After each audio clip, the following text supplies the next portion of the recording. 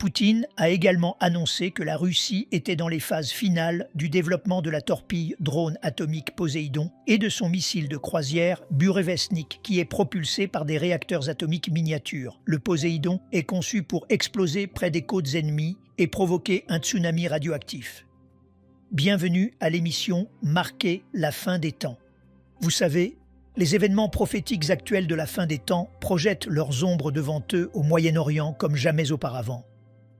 La coalition de Gog et Magog, prophétisée dans Ézéchiel 38 et 39, s'intensifie. Les préparatifs, je pense, augmentent et s'accentuent. Ces chapitres, encore une fois, réfléchissez-y, écrits il y a 2500 ans par Ézéchiel, prophétisent une invasion d'Israël à la fin des temps par une coalition de nations dirigée par la Russie, l'Iran et la Turquie. Dans Ézéchiel chapitre 38, la Russie est Rosh et peut-être Magog. L'Iran est la Perse dans Ézéchiel 38, verset 5.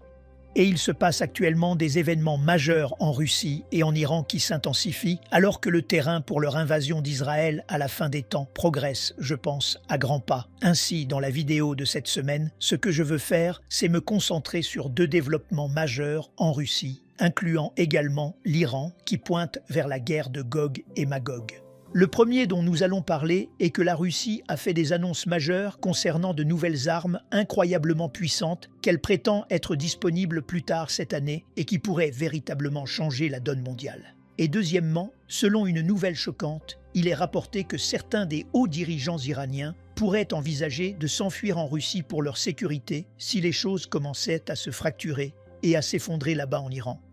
Qu'ils auraient un plan de sortie vers la Russie. Rappelez-vous, c'est ce qu'a fait Bachar al-Assad, le dirigeant de la Syrie.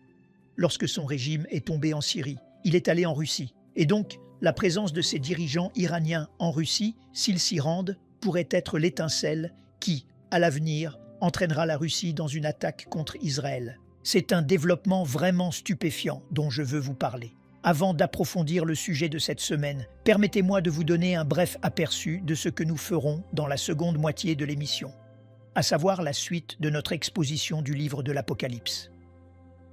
Nous sommes arrivés au chapitre 21 de l'Apocalypse dans notre étude. Ces deux derniers chapitres du livre, Apocalypse 21 et 22, sont en quelque sorte le pendant de la Genèse 1 et 2. C'est comme si vous aviez le commencement parfait et la fin parfaite. Ce que je veux faire, c'est prendre un peu de temps pour approfondir ce dont nous avons parlé il y a quelques semaines, à savoir, les cieux et la terre actuelle seront-ils détruits ou simplement rénovés? Apocalypse 21, verset 1er, nous dit que Dieu va faire un nouveau ciel et une nouvelle terre, car le premier ciel et la première terre passeront. Est-ce que cela signifie qu'ils seront rénovés, une sorte de terre mise à jour, ou s'agira-t-il d'une terre recréée? C'est une question que l'on se pose souvent. Je veux donc aborder cela dans la deuxième partie du programme de cette semaine. Le président russe Vladimir Poutine fait de nouvelles affirmations choquantes sur les nouveaux systèmes d'armes qui entrent en service. La publication The US Sun, titre « La mégabombe nucléaire de Vlad ». Vlad signifiant évidemment Vladimir Poutine. La mégabombe de Vlad. Poutine teste le plus grand missile nucléaire du monde, Satan II.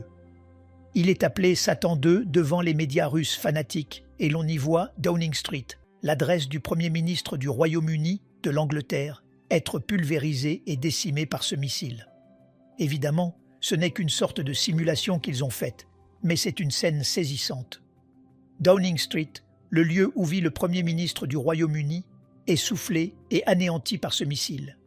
Mais cet article dit « La Russie a annoncé avoir testé avec succès le plus grand missile nucléaire au monde, alors que des images glaçantes montrent Downing Street réduit en poussière radioactive. » Dans une démonstration de force face à l'Occident, le Kremlin a lancé la roquette Sarmat, capable de transporter des charges nucléaires, mieux connue sous le nom de Satan II. Il l'appelle la roquette Sarmat, mais l'OTAN et l'Occident l'appellent Satan II. Il y avait un autre missile qu'ils appelaient Satan I, une autre version de ces missiles, mais celui-ci est Satan II. Poutine a salué l'arme comme étant le système de missiles le plus puissant au monde et a insisté sur le fait qu'elle ne pourrait pas être arrêtée par les défenses occidentales. Elle a la capacité de pénétrer tous les systèmes de défense antimissiles existants et futurs. Il a déclaré que la puissance totale de l'ogive livrée est plus de 4 fois supérieure à celle de n'importe quel équivalent occidental actuel le plus puissant. C'est donc un changement de donne, prétend-il, en matière de technologie de missiles. Et comme je l'ai mentionné plus tôt, l'article précise qu'un graphique éprouvant semble montrer Downing Street vaporisé alors que cette arme mortelle frappe au cœur de Londres. C'est donc évidemment une sorte de coup de semonce envoyé à l'Occident pour dire « Vous feriez mieux de ne pas nous chercher d'ennui ». Voici quelques faits concernant ce missile. C'est un missile balistique intercontinental de 28 tonnes. Il est lancé depuis un silo à des vitesses allant jusqu'à 16 000 milles par heure. Ce seul missile fait 14 étages de haut. Imaginez un bâtiment de 14 étages. C'est la longueur ou la hauteur de ce missile. C'est massif. Il a une portée de 22 000 milles. Il peut voler non seulement sur une trajectoire balistique, mais aussi sur une trajectoire suborbitale. Il peut passer par le pôle Nord et pénétrer n'importe quel système de défense antimissile que nous possédons. Ils affirment que si ce missile balistique est armé d'une ogive nucléaire, il peut rayer de la carte une zone de la taille du Texas ou de la France. C'est une zone immense. NPR rapporte que Poutine a également annoncé que la Russie était dans les phases finales du développement de la torpille drone atomique Poséidon et de son missile de croisière Burevestnik, propulsé par des réacteurs atomiques miniatures. Le Poséidon est conçu pour exploser près des côtes ennemies et provoquer un tsunami radioactif. Tandis que le Burevestnik a une portée pratiquement illimitée grâce à la propulsion nucléaire, ce qui lui permet potentiellement de rôder pendant des jours en contournant les défenses aériennes et en attaquant depuis des directions inattendues. Ce sont là des avancées majeures qu'il réalise. Certains en Occident se demandent si ces engins seront réellement opérationnels à la fin de cette année, mais c'est ce qu'il prétend. Et quand on y pense, la Russie est aujourd'hui la nation agressive prédite et prophétisée dans Ézéchiel 38. Ils ont pris la Crimée, ils ont attaqué l'Ukraine. Cette guerre est en cours. Ils profèrent toutes sortes de menaces contre l'Occident. Ils développent ces armes massivement destructrices. Ils correspondent donc au profil ou au portrait de Gog et Magog et de Roch et Magog dans la fin des temps. Ils sont la nation agressive à laquelle nous devrions nous attendre si nous approchons de l'invasion de Gog et Magog. Dans le même temps, alors que la Russie fait grimper massivement les enchères dans la course aux armements, ses liens avec l'Iran se renforcent de manière spectaculaire. La Russie a fourni à l'Iran des renseignements sur l'emplacement des actifs américains dans la région et fournit également à l'Iran des moyens militaires dans leur guerre contre les États-Unis et Israël. The Economist titre « Des documents secrets révèlent les plans de la Russie pour aider l'Iran ». On y lit que des drones impossibles à brouiller seraient utilisés contre les forces américaines, selon des propositions consultées par The Economist. La Russie fournit actuellement à l'Iran 5000 drones à fibre optique non brouillables à utiliser contre les États-Unis. La Russie est donc clairement le principal acteur extérieur soutenant le régime iranien. Et, par un étrange concours de circonstances, elle pourrait devenir le lieu de refuge des dirigeants iraniens en fuite si le régime de Téhéran se fracture ou s'effondre. Voici une histoire vraiment étonnante de Fox News. Les acteurs du pouvoir du régime iranien pourraient lorgner vers la Russie pour une évasion de style Assad, alors que les pourparlers avec les États-Unis chancellent. Et dans le sous-titre, un expert affirme que les hauts commandants, comme Galabot, pourraient se diriger vers Moscou, tandis que les figures de rang inférieur chercheraient refuge en Irak ou en Afghanistan. Il est dit ici que si les pourparlers de paix échouent et que les États-Unis commencent à bombarder, en essayant évidemment d'éliminer ses dirigeants, il y aura une sorte de hiérarchie. Plus vous êtes haut placé dans le régime, plus vous avez de chances d'aller en Russie. Mais si vous êtes d'un rang inférieur, vous devez fuir vers l'Irak ou l'Afghanistan. Cet article de Fox News précise « Alors que les fractures militaires se creusent et que la succession reste incertaine, le modèle Assad consistant à solliciter la protection de la Russie semble de plus en plus attrayant pour ceux qui sont au sommet. Et comme je l'ai mentionné, le dirigeant syrien Bachar al-Assad a fui vers la Russie lors de la chute de son gouvernement. Ils vont donc en quelque sorte suivre son exemple. L'article poursuit: l'effondrement apparent des négociations à enjeux élevés entre les États-Unis et l'Iran a intensifié les craintes que des personnalités de haut rang au sein de la direction de Téhéran ne fuient vers la Russie pour y chercher refuge. Et voici une déclaration intéressante: pour poursuivre leur insurrection et saper tout nouveau régime. Ils n'iraient pas en Russie pour ne rien faire. Ils essaieraient de travailler à partir de là pour saboter tout nouveau régime, peut-être pro-occidental ou pro-israélien. Il est précisé que la rupture des pourparlers survient alors que le Premier ministre israélien Benjamin Netanyahou a déclaré à l'émission 60 minutes de CBS que le renversement du régime iranien pourrait désormais être une issue réaliste, que cela semble plus positif.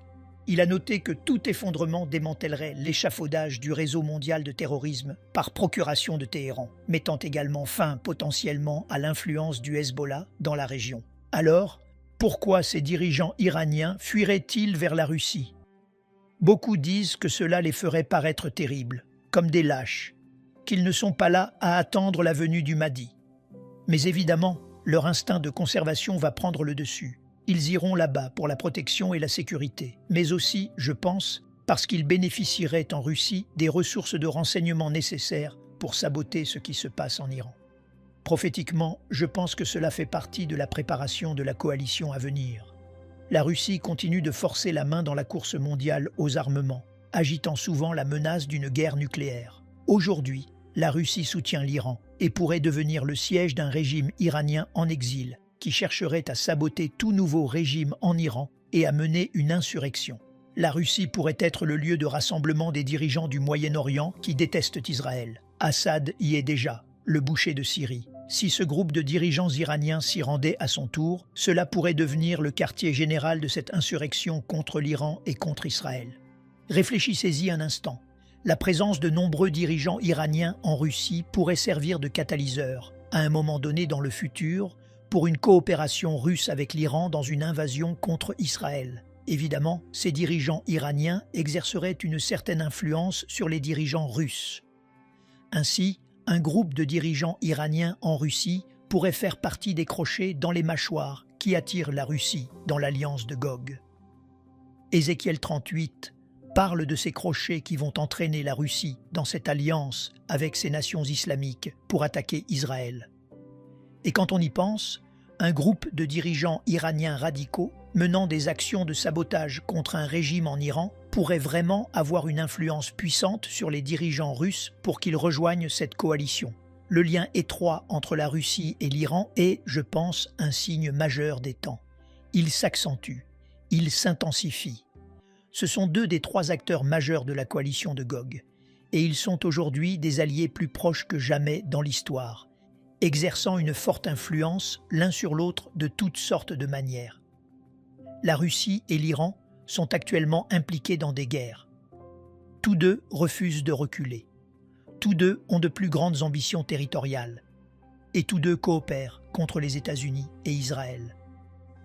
Et un jour, tous deux conspireront ensemble pour envahir Israël, exactement comme la Bible le prédit. Toutes les pièces se mettent parfaitement en place. Passons maintenant à l'Apocalypse, chapitre 21, alors que nous poursuivons notre exposition du livre, et concentrons-nous sur cette question.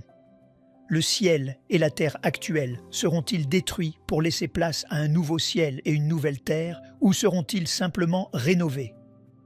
Je veux prendre un moment pour vous parler de quelque chose qui, je pense, compte. Si vous regardez ceci sur YouTube, vous voyez l'enseignement. Mais il y a une conversation bien plus vaste qui se déroule sur le site endtimes.com, dont vous n'avez peut-être pas connaissance. Chaque semaine, je publie une étude exclusive sur les perspectives prophétiques pour nos abonnés payants. Jimmy Evans répond directement aux questions des abonnés. Brian Schroger envoie un briefing détaillé de renseignements depuis Israël. Nos 3 émissions sont disponibles sans publicité. Ce que je trouve le plus significatif, c'est la communauté elle-même. Ce sont des gens qui étudient sincèrement les Écritures ensemble, pris les uns pour les autres par leur nom, et travaille sur les questions les plus difficiles concernant l'époque dans laquelle nous vivons. Ce n'est pas une simple section de commentaires, c'est une communauté. Si vous voulez aller plus loin, non seulement dans la connaissance, mais aussi dans la fraternité, visitez le site endtimes.com et rejoignez-nous. Tada! Nous avons commencé la dernière fois notre exposition de l'Apocalypse au chapitre 21. Nous avons parlé du nouveau ciel et de la nouvelle terre, ainsi que des choses qui s'y trouveront et de celles qui n'y seront plus.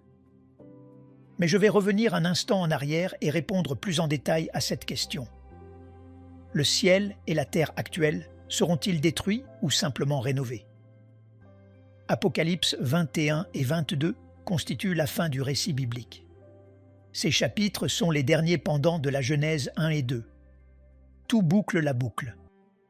Vous avez un commencement parfait dans la Genèse et une fin parfaite dans l'Apocalypse. Apocalypse 21 s'ouvre sur la création d'un nouveau ciel et d'une nouvelle terre. C'est un nouveau monde, un nouvel univers. C'est le début de ce qu'on appelle souvent l'état éternel. C'est le dernier âge de l'histoire et le dernier âge du livre de l'Apocalypse. Il y a 4 âges dans le livre de l'Apocalypse. L'âge de l'Église dans Apocalypse 1 à 3. C'est une période dont nous ne connaissons pas la durée car elle n'est pas encore terminée. Apocalypse 6 à 19 décrit l'âge de la tribulation, une période de 7 ans. Apocalypse 20, versets 1er à 10, décrit l'âge du royaume, qui durera 1000 ans. Et puis, Apocalypse 21 et 22 décrivent l'âge éternel qui, évidemment, dure des années sans fin. Mais avant d'entrer dans les détails de l'état éternel, je veux revenir sur la création d'un nouveau ciel et d'une nouvelle terre. Tous les chrétiens s'accordent à dire qu'après la venue de Jésus, il y aura une résurrection finale, un jugement final, et un nouveau ciel et une nouvelle terre. Ceux-ci sont décrits dans Apocalypse 21, verset 1er, « Puis je vis un nouveau ciel et une nouvelle terre, car le premier ciel et la première terre avaient disparu, et la mer n'était plus. » Soit dit en passant, c'est la seule description dans la Bible de la fin du monde. Nous parlons beaucoup de la fin du monde. Ce sera la fin du monde tel que nous le connaissons. Mais une question reste floue. La nature de ce nouveau ciel et de cette nouvelle terre. S'agira-t-il de la terre et de l'univers actuel, simplement remodelé ou rénové? Ou l'ordre actuel sera-t-il détruit et remplacé par un ciel et une terre flambant neufs? Sera-ce comme une maison à rénover ou une version 2.0 de la terre et du ciel? Beaucoup d'excellents érudits et enseignants de la Bible soutiennent la thèse de la rénovation. Randy Alcorn, dans son excellent livre « Heaven », prône cette vision. Il s'appuie sur Romains 8, versets 19 à 23, qui lie inséparablement les destins de l'humanité et de la terre. Ainsi, la terre ressuscitera pour une vie nouvelle de la même manière que nos corps ressusciteront. La perfection de la création, autrefois perdue, sera pleinement retrouvée, et même plus. Ce sera comme si un artiste effaçait la vieille peinture tachée et craquelée et recommençait un tableau nouveau et meilleur en utilisant les mêmes images sur la même toile. La purification par le feu sera plus profonde que celle du déluge en ce qu'elle éliminera définitivement le péché. Mais tout comme le jugement de Dieu par l'eau n'a pas rendu la terre définitivement inhabitable, le jugement de Dieu par le feu ne le fera pas non plus. Il est possible que Dieu rénove et restaure la terre. Certains pères de l'Église primitive, comme Irénée, partageaient cet avis. Mais il y a pour moi 4 points principaux qui soutiennent la thèse de la recréation, et non de la simple rénovation. Premièrement, les passages bibliques qui soutiennent la destruction complète de la terre et du ciel actuel et leur remplacement. Laissez-moi en lire quelques-uns. Psaume 102, verset 26. « Tu as anciennement fondé la terre, et les cieux sont l'ouvrage de tes mains. Ils périront, mais tu subsisteras. Ils s'useront tous comme un vêtement. Tu les changeras comme un habit, et ils seront changés. » Il dit donc, « Dieu, tu demeures éternellement, mais le ciel et la terre ne dureront pas éternellement. Tu vas les changer comme un vieux vêtement. » C'est comme si Dieu allait enlever cette création actuelle et la mettre de côté comme un vieil habit pour en faire une nouvelle. Pensez à la souveraineté et à la majesté de Dieu dans cette image. Ésaïe 34, verset 4. « Toute l'armée des cieux se dissout, Les cieux sont roulés comme un livre, et toute leur armée tombe, comme tombe la feuille de la vigne, comme tombe celle du figuier. Ésaïe 51, verset 6. Levez les yeux vers le ciel et regardez en bas sur la terre. Car les cieux s'évanouiront comme une fumée, la terre tombera en lambeaux comme un vêtement. Mais mon salut durera éternellement, et ma justice n'aura pas de fin. Matthieu 24, verset 35. Jésus a dit, « Le ciel et la terre passeront. » 2 Pierre 3, versets 10 et 12. Le jour du Seigneur viendra comme un voleur. En ce jour, les cieux passeront avec fracas, les éléments embrasés se dissoudront, et la terre avec les œuvres qu'elle renferme sera consumée. Les cieux enflammés se dissoudront et les éléments embrasés se fondront. Cette image évoque une fonte universelle, une sorte d'holocauste nucléaire global. Et puis Apocalypse 20, verset 11. Juste avant Apocalypse 21, verset 1er, Jean dit « Puis je vis un grand trône blanc et celui qui était assis dessus. La terre et le ciel s'enfuirent devant sa face, et il ne fut plus trouvé de place pour eux. Ils s'enfuient, ils disparaissent. » Puis, encore une fois, Apocalypse 21, verset 1er. « Puis je vis un nouveau ciel et une nouvelle terre, car le premier ciel et la première terre avaient disparu. » Pour moi, il est difficile de concilier ces passages avec la notion d'un simple remodelage. Chacun d'eux utilise un langage de destruction et de recréation. Voici une deuxième raison pour laquelle je privilégie la recréation. Apocalypse 20, versets 11 et 12 dit « Puis je vis un grand trône blanc, et celui qui était assis dessus. La terre et le ciel s'enfuirent devant sa face. Et je vis les morts, les grands et les petits, qui se tenaient devant le trône. Des livres furent ouverts, et un autre livre fut ouvert, celui qui est le livre de vie. Et les morts furent jugés selon leurs œuvres, d'après ce qui était écrit dans ces livres. Cela me parle d'une décréation. Dieu a créé toutes choses par sa parole. Ici, c'est l'inverse. Les cieux et la terre s'enfuient. Il ne sera plus trouvé de place pour eux. On dirait qu'ils disparaissent. Troisièmement, il y a une raison théologique en faveur d'une recréation. Ce monde actuel est le théâtre de la lutte contre Satan et le péché. Il me semble logique qu'après le règne millénaire de Christ sur la terre, après la libération de Satan pour un court moment pour sa rébellion finale, cette création actuelle soit remplacée par un ordre entièrement nouveau adapté à l'éternité. En d'autres termes, ce sera tout neuf. Toute la lutte contre le péché et Satan sera terminée. Cela semble théologiquement approprié. Et quatrièmement, un point supplémentaire dans le texte milite en faveur de la destruction-recréation. Le terme « passer » ou « disparaître » dans Apocalypse 21, verset 1er, est le même mot utilisé dans Apocalypse 21, verset 4. Il dit que ce ciel et cette terre actuelle passeront. Et il utilise ce même mot grec exactement 3 versets plus loin. Il essuiera toute larme de leurs yeux, et la mort ne sera plus, et il n'y aura plus ni deuil, ni cri, ni douleur, car les premières choses ont disparu, ou sont passées. Le sens de ces mots utilisés ici semble sans ambiguïté. Personne ne prétendrait que les larmes, le deuil et la douleur sont simplement rénovés ou remodelés. Ils disparaissent, ils sont supprimés pour toujours. Puisque le même mot grec est utilisé à 3 versets d'intervalle, il est logique de supposer qu'il porte le même sens au verset 1er qu'au verset 4. Cela soutient l'idée que le ciel et la terre actuels seront détruits et complètement enlevés pour faire place à un nouveau ciel et une nouvelle terre. J'aime la façon dont Chuck Swindoll le dit. Ce n'est pas une suite, ce n'est pas simplement une version rééditée, améliorée avec un son clair et des couleurs plus vives. Ce n'est pas un montage, c'est un remake. Il y aura donc un ciel et une terre totalement nouveaux. Vous direz peut-être, quelle différence cela fait-il? Au bout du compte, cela ne change rien au fait que ce sera un endroit merveilleux pour passer l'éternité. Mais je pense que savoir cela devrait affecter la façon dont nous percevons le monde actuel. Cela devrait ajuster notre perspective. Dans 2 Pierre 3, versets 10 à 14, Pierre dit le jour du Seigneur viendra comme un voleur. En ce jour, les cieux passeront avec fracas, les éléments embrasés se dissoudront. Puisque donc toutes ces choses doivent se dissoudre, quelles ne doivent pas être la sainteté de votre conduite et votre piété, tandis que vous attendez et hâtez l'avènement du jour de Dieu. C'est pourquoi, bien-aimés, en attendant ces choses, appliquez-vous à être trouvés par lui sans tache et irréprochables dans la paix. Ce que cela nous dit, c'est que la connaissance du monde nouveau devrait changer notre monde actuel. Nous ne devrions pas être si attachés aux choses d'ici-bas. Nous devrions les tenir avec légèreté.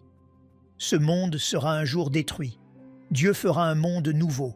Il serait bon pour chacun de nous d'examiner sa propre vie et de se demander « Qu'est-ce que je retiens ou à quoi je m'accroche dans ce monde d'une manière qui n'est pas saine, biblique ou pieuse ?» Toutes ces choses seront consumées un jour. Quelle sorte de personnes devrions-nous être dans la sainteté et la piété? Eh bien, merci beaucoup de m'avoir rejoint cette semaine.